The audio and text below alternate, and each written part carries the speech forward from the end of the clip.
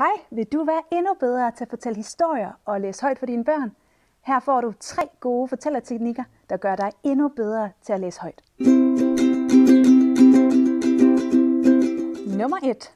Brug stemmen. Har du oplevet det her? Og bedstemor, sikke nogle store tænder du har, sagde Rødhætte. Det er for, at jeg bedre kan æde dig, lød svaret. Hurtigt som et lyn sprang ulven ud af sengen. Undgå at blive monoton ved at variere din stemme og dit toneleje.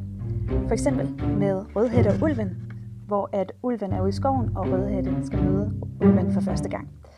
Man kunne sige det: hej lille pige, knurrede en stemme. Det var den store stykke ulv. Hvad laver du? Spurgte den. Plukker blomster til min bedstemor, svarede Rødhætte. Det er sådan den normal måde at læse højt på. I stedet kunne vi give ulven en uhyggelig stemme. Så den lyder: hej lille pige, knurrede en stemme. Det var den store stykke ulv. Hvad laver du? Spurgte den. Plukker blomster til min bedstemor, svarede Rødhætte. Her har jeg givet Rødhætte en lidt højere stemme, som er lidt mere feminin og en lille smule mere lille end den store stykke ulv. Det kunne man også gøre for bedstemoren.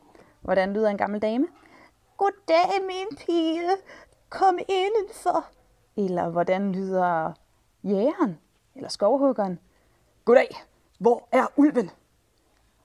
Uanset, så bliver det meget sjovere, når I leger med stemmen og giver karaktererne sjove stemmer. Og husk, det er vigtigt at holde pauser, ligesom jeg gør nu. For ellers så bliver det bare en lang, stor monoton, og så har man virkelig ikke lyst til at høre mere. Tip nummer 2. Brug kroppen.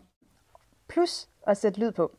Så den siger: sikke nogle store ører, du har, bedstemor, sagde Rødhætte forbavset. Det er, for jeg bedre kan høre dig, svarede ulven. Så her bruger jeg ulven, den her med klon, til at vise, at det er en ulv. Og Rødhætte kan have en lille, man gør sådan her, Rødhætte, eller en lille hætte her. Så find ud af derhjemme, hvilke forskellige bevægelser hver karakter skal have. Og bedstemor, sikke nogle store tænder du har, sagde Rødhætte. Det er for, jeg bedre kan æde dig, lød svaret. Så leg med kroppen derhjemme. Og altså, hvis I sidder i bussen, kan I sagtens lave de her små bevægelser sammen. Og vise tænder og ører og øjne. Og hvis I har endnu mere plads, så kan I jo stå op og fortælle den til hinanden. Men start med at sidde ned og lave de her små. Tip nummer 3. Gentagelser, gentagelser, gentagelser. Børn elsker gentagelser. Så når I har læst Rødhætte og ulven en gang, så prøv at læse den en gang til, og måske en 3. gang. Fordi nu kender barnet forhåbentligvis bogen så godt, at barnet selv kan læse højt. Så nu kan barnet måske huske, at det her det er ulven, og at det her det er Rødhætte. Og nu kan barnet være med til at fortælle historien. Så for eksempel: sikke nogle store, og så siger barnet ører.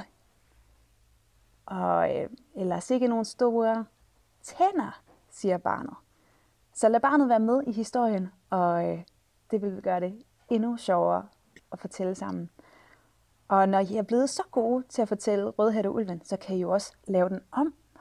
Så I laver en fortsættelse. Hvad sker der med ulven, når den er løbet væk og er blevet syet i maven? Kommer den på besøg igen? Eller er der et andet dyr, der besøger Rødhætte og bedstemor? Eller skete der noget helt andet? Var det slet ikke sådan, det handlede om, at bedstemor fik besøg af ulven?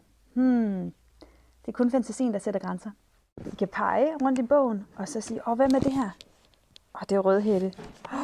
Og alle de her dyr, der er herinde. Hvad er det for nogle dyr? Og hvad siger de? Nu har I fået de 3 tips, altså stemme og bevægelse og gentagelser. Og husk at holde pauser. Nu kan I kombinere det og fortælle Rødhætte og ulven sammen. Jeg håber, I har fået nogle gode tips og tricks til fortælleteknikker, og jeg håber, I har lyst til at prøve det derhjemme. Hvis du har lyst til at lære mere, så klik på linket hernede. Det var alt for nu. Vi ses. Hej. hej.